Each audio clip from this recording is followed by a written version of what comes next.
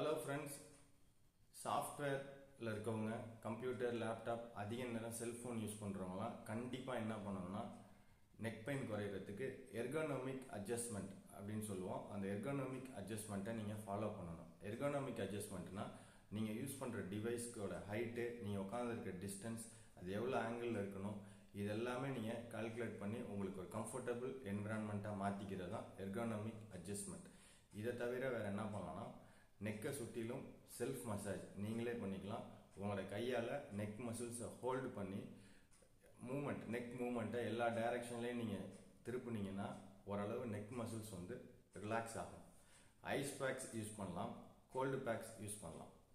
இதுக்கப்புறம் ஒரு ஓல்டேஜ் பீப்புளுக்கு நெக் பெயின் வருது அப்படின்னா அதுக்கு என்ன பண்ணணும் அப்படிங்கிறத அடுத்த வீடியோவில் பார்ப்போம்.